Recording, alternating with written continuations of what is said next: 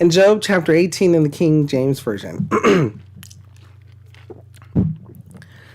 Then answered Bildad the Shuhite and said, how long will it be ere ye make an end of words? Mark, and afterwards will we speak, or we will speak. Wherefore are we counted as beasts and reputed vile in your sight? He teareth himself in his anger. Shall the earth be forsaken for thee? And shall the rock be removed out of his place? Yea, the light of the wicked shall be put out, and the spark of his fire shall not shine. The light shall be dark in his tabernacle, and his candle shall be put out with him. The steps of his strength shall be straitened, and his own counsel shall cast him down. For he is cast into a net by his own feet, and he walketh upon a snare. The gin shall take him by the heel, and the robber shall prevail against him.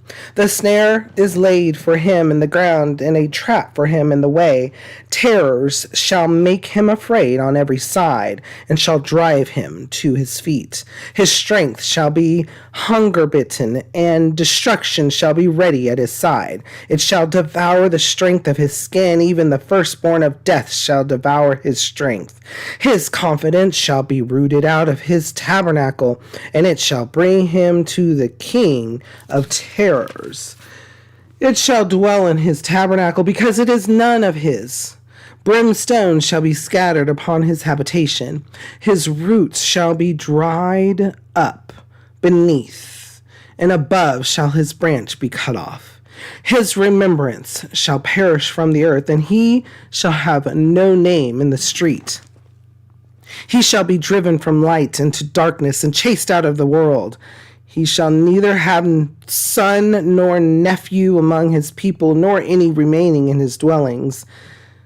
They that come after him shall be astonished at this day, as they that went before were affrighted. Surely such are the dwellings of the wicked, and this is the place of him that knoweth not God. Whew.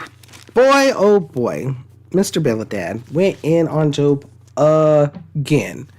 He's telling him, you yourself is justifying your wicked. You're justifying yourself, and you're justifying yourself under wickedness, because there's nothing to justify you. So what your thoughts about your justification are wicked in itself.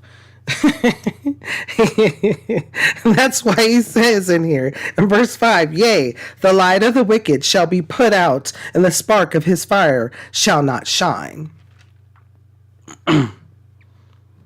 Spark of his fire, because Job had lots of things. He was looked upon as very wealthy during that time, with all the cattle and all the things, the crops and everything that he had in his family. He had a large family, offspring, and he had the good life that was sought upon by everyone. And so not only were people listening to him, but people also noticed that he was living the good life.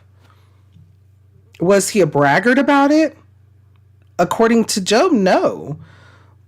According to his friends, they're saying, hey, your justification of yourself now shows that you are what you're saying you are. You're a hypocrite. Again, with these accusations. But listen to this again. And verse 8, for he is cast into a net by his own feet, and he walketh upon a snare.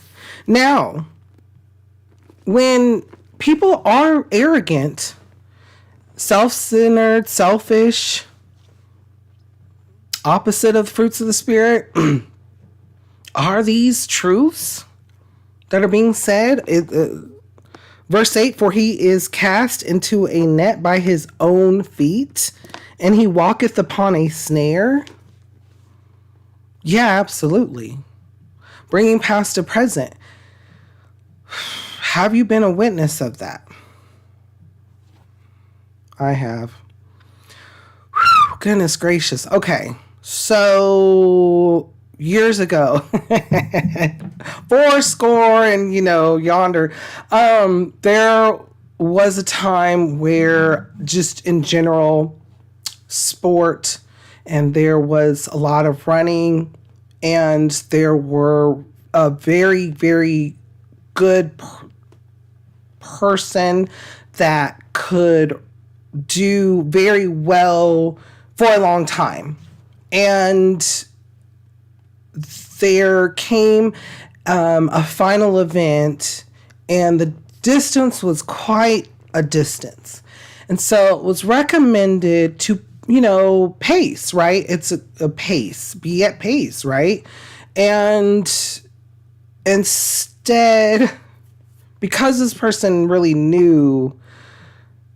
believed that they were the top of the cream of the crop, top of the echelon, they didn't listen, right? And this person is not a bad person, but they didn't listen to the wisdom of the coaches. They didn't listen to the wisdom of the peers. And so 2/3 of the way was worn out. And, they were fine. They ended up being fine. I'm not quite sure they finished, but I believe the lesson was learned. I believed the lesson was learned. And it was one of those things to witness. It was like,